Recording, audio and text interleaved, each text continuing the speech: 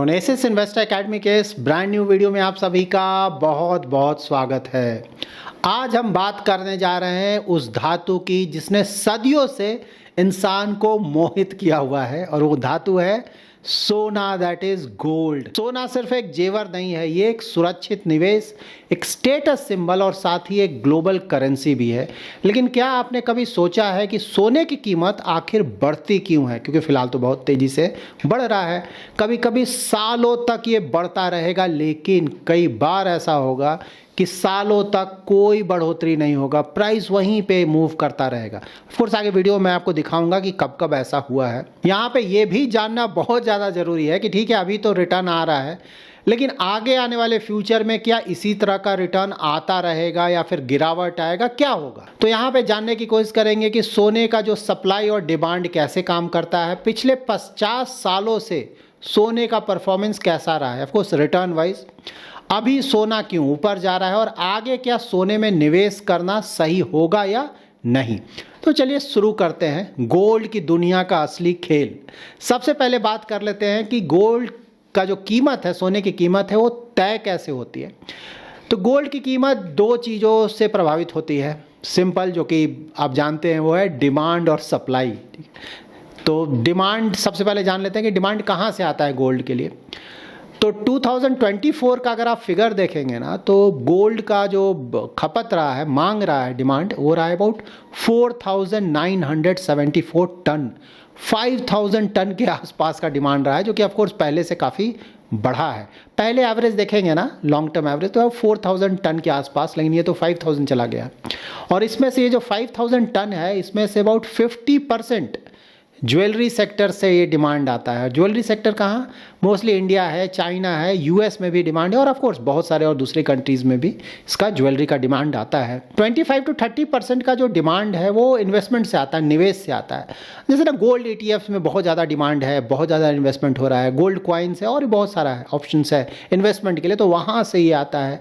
और 20% का डिमांड रफली अबाउट सेंट्रल बैंक्स और इंडस्ट्रियल यूजेस से आता है। एक एस्टिमेट के अनुसार शुरू से जो माइनिंग हुआ है ना, शुरू से टोटल माइनिंग गोल्ड का कितना हुआ होगा, तो वो 2 लाख टन से भी ज़्यादा का माइनिंग हो चुका है अभी तक। हिस्ट्री से अगर आप देखें था, रफली एक फिगर दिया जाता है 2,16,000 अबाउट 200-300 टन्स के आसपास का माइनिंग हो चुका है। ठीक है, तो यहाँ पे जो टोटल माइनिंग हुआ है, जो सोना निकला है, उसमें से ज्वेलरी का अगर आप देखें ना, तो ऑलमोस्ट 45% ज्वेलरी में हो गया, बार्स और कॉइन्स ना, और ऑफ कोर्स ETFs, इसका अगर आप देखें तो 22% हिस्सा यहाँ पे है। सेंट्रल बैंक्स के पास अबाउट 17% है और उसके बाद और भी बहुत सारे अदर्स, रिजर्व्स, रिसोर्सेज वहाँ भी बाकी का बचा हुआ है। तो ये टोटल ब्रेकअप है गोल्ड का। और देखिए भारत और चाइना, मतलब इंडिया और चाइना सबसे बड़ा ना गोल्ड का अगर कंजम्पशन देखें तो यहीं पे होता है। दोनों जगह ज्वेलरी का भी अच्छा खासा डिमांड आता है और ऑफ कोर्स इन्वेस्टमेंट तो होता ही है। यहाँ पे अगर इंडिया को सिर्फ देखें ना, तो every year about 700 to 900 ton का डिमांड होता है गोल्ड का, और ऑफ कोर्स अब तो तेज़ी से बढ़ भी रहा है। अब बात कर लेते हैं सप्लाई की कि भाई गोल्ड का सप्लाई कहाँ से आता है। डिमांड तो हम समझ गए, तो गोल्ड का देखिए जो मेजर सप्लाई है ऑफ कोर्स वो खदान से आता है ना, माइनिंग से आता है। तो माइनिंग से एवरी ईयर रफली अबाउट 3,500 टन, या फिर उस अब तो थोड़ा बहुत और ज़्यादा ही बोलिए, 3,500 टन के आसपास निकाला जाता है। और बाकी का जो डिमांड है वो जो ऑलरेडी एग्जिस्टिंग गोल्ड है ना, उसका रिसाइकिल करके पूरा किया जाता है। तो माइनिंग ऑफ कोर्स आपको पता है ना, बहुत स्लो प्रोसेस है, काफ़ी समय लगता है ना, नया खदान ना उसको बनाना, फिर उससे निकालना, फिर उसको प्रोसेस करना, सालों लगता है। ठीक है, तो वो उस फ्रंट पे कोई बहुत ज़्यादा ना सप्लाई तो बढ़ रहा नहीं है, सप्लाई काफ़ी हद तक लिमिटेड आप बोल सकते हैं कि जो है सो है। ठीक है, और बढ़ भी रहा है तो बहुत तेज़ी से नहीं बढ़ रहा है, लेकिन डिमांड लगातार बढ़ रहा है। तो ये बहुत बड़ा रीज़न है जिसके कारण गोल्ड का प्राइसेस आप देख रहे हैं बढ़ रहा है, और लॉन्ग टर्म में भी ऐसा लगता है कि ये बढ़ता रहेगा। ठीक है, ऐसा नहीं है कि ये घटेगा, मतलब बीच बीच में घटेगा। मैं ये नहीं बोल रहा हूँ कि हमेशा लगातार बढ़ता जाएगा डेली बेसिस पे, ठीक, लेकिन हो सकता है इतना ज़्यादा ऊपर जाने के बाद गिरे, लेकिन फिर से कुछ सालों के बाद वो वापस आएगा। मतलब जो ट्रेजेक्ट्री है मोस्टली वो अपवर्ड लग रहा है। अब जान लेते हैं कि पिछले कुछ दशकों में गोल्ड का परफॉर्मेंस कैसा रहा है, रिटर्न वाइज किस तरह का रहा है। तो अगर हम 1971 में देखें, जब अमेरिका में डॉलर को गोल्ड से अलग किया गया था ना, आपको पता है पहले गोल्ड स्टैंडर्ड हुआ करता था, मतलब कि अमेरिका सिर्फ उतना ही यूएस डॉलर मार्केट में लाएगा जितना कि गोल्ड है। लेकिन 1971 में इसको अलग कर दिया। उस समय उनके प्रेसिडेंट थे रिचर्ड निक्सन, उन्होंने घोषणा किया कि भाई जो डॉलर है और सोने में अब कोई कनेक्शन नहीं रहेगा, हम अपने मर्जी से जितना चाहेंगे डॉलर प्रिंट करेंगे, उस डॉलर के मुकाबले हमें गोल्ड रखने की ज़रूरत नहीं था। पहले था कि भाई डॉलर लो, अगर डॉलर नहीं चाहिए तो उसके बदले मैं गोल्ड दूंगा, यूएस का ऐसा था। लेकिन फिर 1971 से ये बंद कर दिया कि नहीं भाई ऐसा कुछ नहीं होगा। फिलहाल अगर आप डॉलर टर्म्स में गोल्ड का रेट देखेंगे ना तो अबाउट 4100-200 यूएस डॉलर्स पर ऑन्स के आसपास है, ठीक है। और 1970 में 10 ग्राम गोल्ड का इंडिया में रेट अगर आप चेक करेंगे ना तो 200 के आसपास या उससे थोड़ा कम हुआ करता था। 200 रुपीज़ 1970s में 10 ग्राम गोल्ड का, आज ना 1,30,000 के आसपास चला गया पर 10 ग्राम्स का। तो बहुत ज़्यादा ऊपर गया है पहले के मुकाबले। लेकिन ध्यान देने की बात यह है कि गोल्ड हमेशा सीधा रूप से ऊपर नहीं जाएगा, ऐसा नहीं है कि ट्रेजेक्ट्री हमेशा अपवर्ड होगा, ठीक है। कई बार लंबे समय तक आप देखेंगे ना कि कोई मूवमेंट नहीं आएगा। लाइक 2012 से 2018 देखें ना, लगभग फ्लैट था।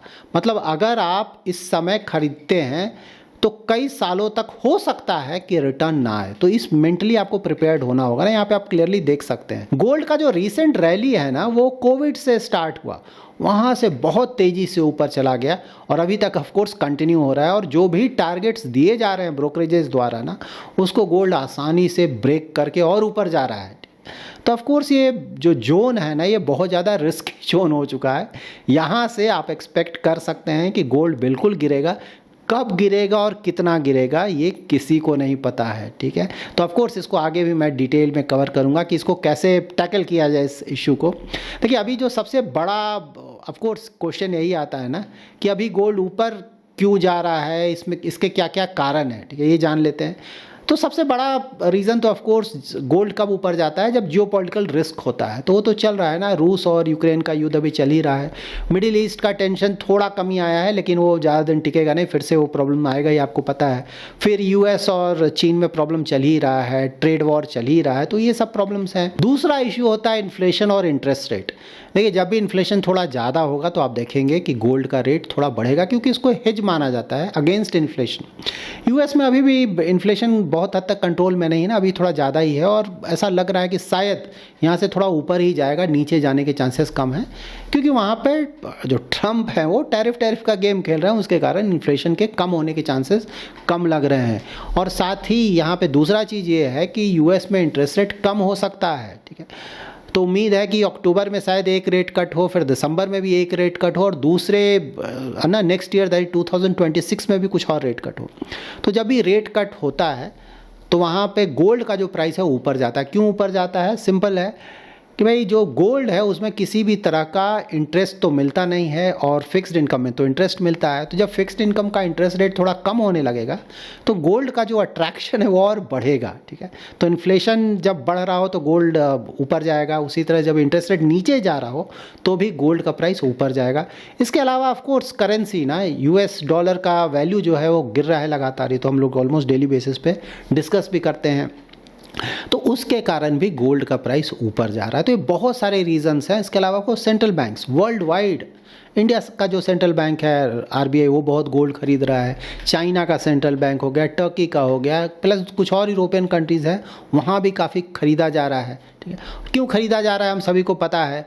देखिए एक तो रीज़न ऑफ कोर्स है कि रसिया का जो भी ना फॉरेन एसेट्स था बाहर, उस पर काफ़ी हद तक यूएस और यूरोपियन कंट्रीज़ ने कब्जा कर लिया है कि भाई नहीं देंगे, ठीक है। जब से ये रसिया और यूक्रेन का वॉर स्टार्ट हुआ तो ऑफ कोर्स सबको डर का माहौल है सभी जगह ना कि हमारे साथ भी ऐसा ना हो जाए।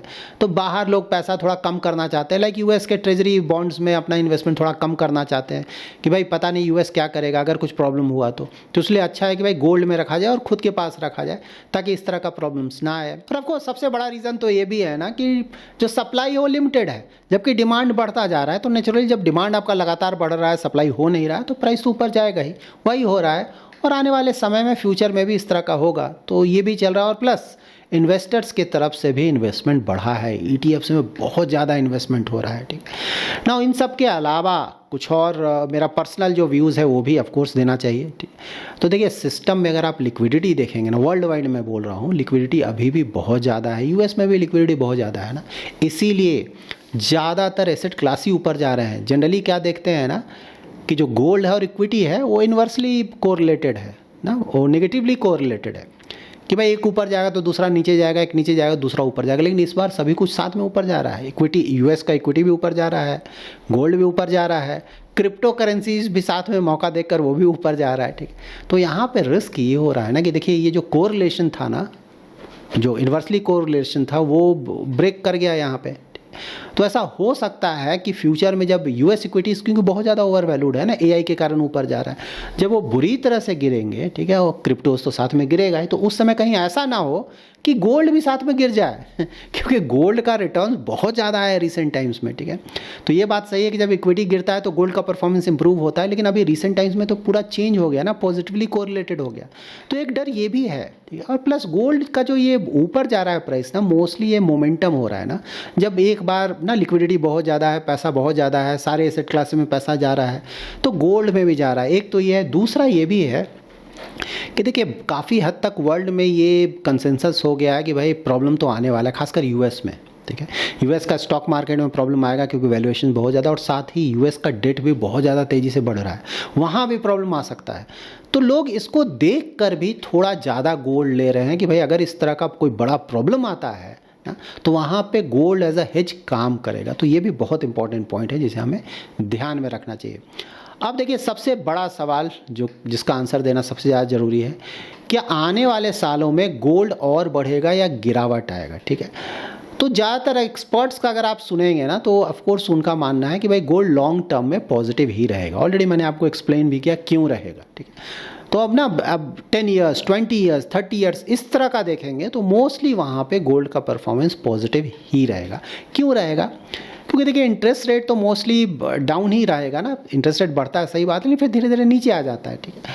और जो भी बड़ी बड़ी कंट्रीज़ हैं, डेवलप्ड कंट्रीज़ हैं, वहाँ तो इंटरेस्ट रेट ज़्यादा होता भी नहीं है। जैसे इंडिया है ना, अभी देखिए इंडिया का लगातार पिछले कुछ सालों से देखें इंटरेस्ट रेट कम होता जा रहा है, आने वाले सालों में और कम हो जाएगा। तो वहाँ पे जब ज़्यादातर इकोनॉमीज़ में इंटरेस्ट रेट अगर कम रहेगा तो गोल्ड का जो डिमांड है नेचुरली बढ़ा रहेगा। और देखिए जियो पॉलिटिक्स तो ये चलता रहेगा ना, मतलब ये सही बात है, अभी जो चल रहा है वो रिजॉल्व हो जाएगा, फिर कोई नया आ जाएगा, ठीक है। और प्लस सेंट्रल बैंक्स वो तो खरीदारी करेंगे ना, उनको तो यूएस डॉलर का खौफ है कि यूएस डॉलर धीरे धीरे उसका इंपॉर्टेंस कमने लगेगा। तो यूएस डॉलर को सब्स्टिट्यूट कौन करेगा? कोई करेंसी फिलहाल है ही नहीं मार्केट में, ठीक है। तो इसलिए एज अ सेफ्टी अच्छा है कि हम गोल्ड को थोड़ा ज़्यादा ले लें, गोल्ड ज़्यादा रखें, ठीक है। तो इसीलिए सेंट्रल बैंक ज़्यादा से ज़्यादा गोल्ड खरीद रहे हैं और ये चलता रहेगा, अभी ये बंद नहीं होने जा रहा है। तो शॉर्ट टर्म में बिल्कुल सही बात है, बहुत ज़्यादा रिस्क है गोल्ड में क्योंकि बहुत ज़्यादा रिटर्न आ गया है। कोई भी एसेट क्लास, सिर्फ गोल्ड नहीं, जब इतना ज़्यादा तेज़ी से ऊपर जाता है तो काफ़ी केसेस में आप बिल्कुल देखेंगे कि बहुत तेज़ी से नीचे भी आता है। तो गोल्ड के साथ भी शायद होगा, नहीं होगा, कब होगा एग्जैक्टली तो किसी को पता नहीं है, लेकिन जिस तरह से ऊपर गया है या फिर जा रहा है तो आप मान कर चलें कि यहाँ भी कमजोरी आएगा, ये भी गिरेगा, ठीक है। और हो सकता है कुछ सालों तक कोई मूवमेंट ना हो क्योंकि पास्ट में कई बार ऐसा हो चुका है। लेकिन अगेन अगर आप लॉन्ग टर्म ना डाइवर्सिफिकेशन पर्पज से देख रहे हैं, ठीक है, तो वहाँ पे तो जैसे 10 ईयर्स, 20 ईयर्स, 30 ईयर्स उस तरह का डाइवर्सिफिकेशन ना एसेट क्लास में, तो वहाँ तो फिर से आप एक्सपेक्ट कर सकते हैं कि भाई थोड़ा बहुत परफॉर्मेंस आता रहेगा। ऐसा नहीं कि हमेशा के लिए गोल्ड ख़त्म हो जाएगा। यहाँ पे इन्वेस्टमेंट कैसे करना चाहिए? तो देखिए मैंने हमेशा बताया गोल्ड में अगर आप जाना चाहते हैं तो ETFs बेस्ट ऑप्शन है, ठीक है, लेकिन वहाँ पे INAV चेक करके ही लें, ठीक है। ETF पे मैंने एक डिटेल वीडियो बनाया हुआ है, INAV का इंपॉर्टेंस भी बताया हुआ है, उसको आप ज़रूर वॉच कर लें। उसका मैं लिंक ट्राई कर रहा हूँ, मैं डिस्क्रिप्शन में डाल दूंगा, वो ज़रूर वॉच करें। उसके बिना किसी भी ETF में इन्वेस्ट ना करें, नहीं तो आपके रिटर्न या तो कम आएंगे या फिर लॉस हो जाएगा, ठीक। तो वो चेक कर लें, ETFs बेस्ट है। और अगर ETF में नहीं जाना चाहते हैं किसी कारण से, ठीक, तो फिर म्यूचुअल फंड रूट है। फिजिकल गोल्ड तो देखिए मतलब इन्वेस्टमेंट के लिए तो कोई अच्छा माना नहीं जाएगा ना, स्टोरेज का प्रॉब्लम है, मेकिंग चार्जेस ना, कुछ लोग ज्वेलरी भी खरीदते हैं, तो ये सब है। मतलब क्वाइन तो कुछ हद तक ठीक बात है, क्वाइन है उसमें मेकिंग चार्जेस नहीं, फिर वही स्टोरेज का है। तो अगर ये सब हैंडल कर सकते हैं तो देखा जा सकता है। अब जान लेते हैं ये गोल्ड में अगर किसी को इन्वेस्टमेंट करना है तो कितना इन्वेस्टमेंट किया जा सकता है। तो जैसे किसी का कॉर्पस है ना, जैसे 1 करोड़ का कॉर्पस है, तो उसमें 1 करोड़ में 10 लाख 10% के आसपास, ठीक है। गोल्ड में इससे ज़्यादा, मतलब ऑफ कोर्स आपका पैसा है, डिसीजन आपका होगा, आप जो चाहे कर सकते हैं, लेकिन पर्सनली अगर मेरा व्यू पूछा जाए, ठीक है, तो 10% के आसपास का सही होगा एक्सपोजर, अगर कोई लेना चाहता है तब उतना सफिशिएंट है। आप कोई ना 3-4% रखना चाहता है, 4-5% रखना चाहता है, तो उससे तो कोई डाइवर्सिफिकेशन का फ़ायदा आपको नहीं मिलेगा ना। मान लीजिए गोल्ड बहुत ज़्यादा रिटर्न भी देता है, तो अगर बहुत कम एक्सपोजर लेंगे पोर्टफोलियो पे तो कोई फ़र्क नहीं पड़ेगा आपके ना, ठीक है। तो इसको इस तरह से देखें, तो 10% के आसपास अगर कोई रखता है तो वहाँ अगर बेनिफिट मिलेगा तो ऑफ कोर्स आपके ओवरऑल पोर्टफोलियो पे उसका पॉजिटिव असर पड़ेगा, ठीक है। बहुत ज़्यादा रखने का ही मतलब नहीं है। और अभी तो देखिए इतना ज़्यादा ऊपर जा चुका है ना, तो नियर फ्यूचर में प्रॉब्लम आ सकता है, बिल्कुल ये मान कर चले। तो अभी अगर कोई बोलेगा मैं बहुत बड़ा लमसम इन्वेस्टमेंट करूँगा, कुछ ही दिनों में या महीनों में मैं बहुत ज़्यादा पैसा कमा लूँगा, बहुत ज़्यादा रिस्की होगा, तो सतर्क रहें, ठीक है। अगेन अगर कोई 10 या 20 ईयर उस तरह का डाइवर्सिफिकेशन के लिए जाना चाहता है, वहाँ कंसिडर किया जा सकता है। शॉर्ट टर्म बहुत ज़्यादा रिस्की। देखिए ऐसा नहीं कि गोल्ड शॉर्ट टर्म में भी रिटर्न नहीं देगा, हो सकता है, ठीक है, क्योंकि जब मोमेंटम में कोई भी चीज़ जाता है ना, कोई भी एसेट क्लास, तो नहीं बोला जा सकता है। वो कई सालों तक मोमेंटम में कई बार चला जाता है और लगातार ऊपर जाते रहता है, ठीक है।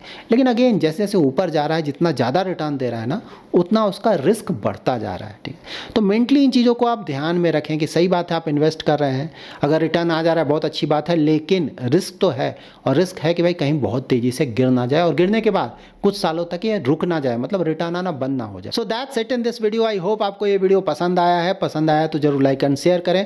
पहली बार हमारे यूट्यूब चैनल पे आ रहे हैं तो चैनल को जरूर सब्सक्राइब करें। कमेंट में ज़रूर मेंशन करें कि आप गोल्ड में इन्वेस्टमेंट करने जा रहे हैं या नहीं, और अगर गोल्ड में इन्वेस्टमेंट नहीं करने जा रहे हैं तो किस एसेट क्लास में इन्वेस्टमेंट करने जा रहे हैं, और आपको क्या लगता है कि कौन सा एसेट क्लास आने वाले सालों में सबसे ज़्यादा रिटर्न जनरेट करेगा। Thanks lot for watching.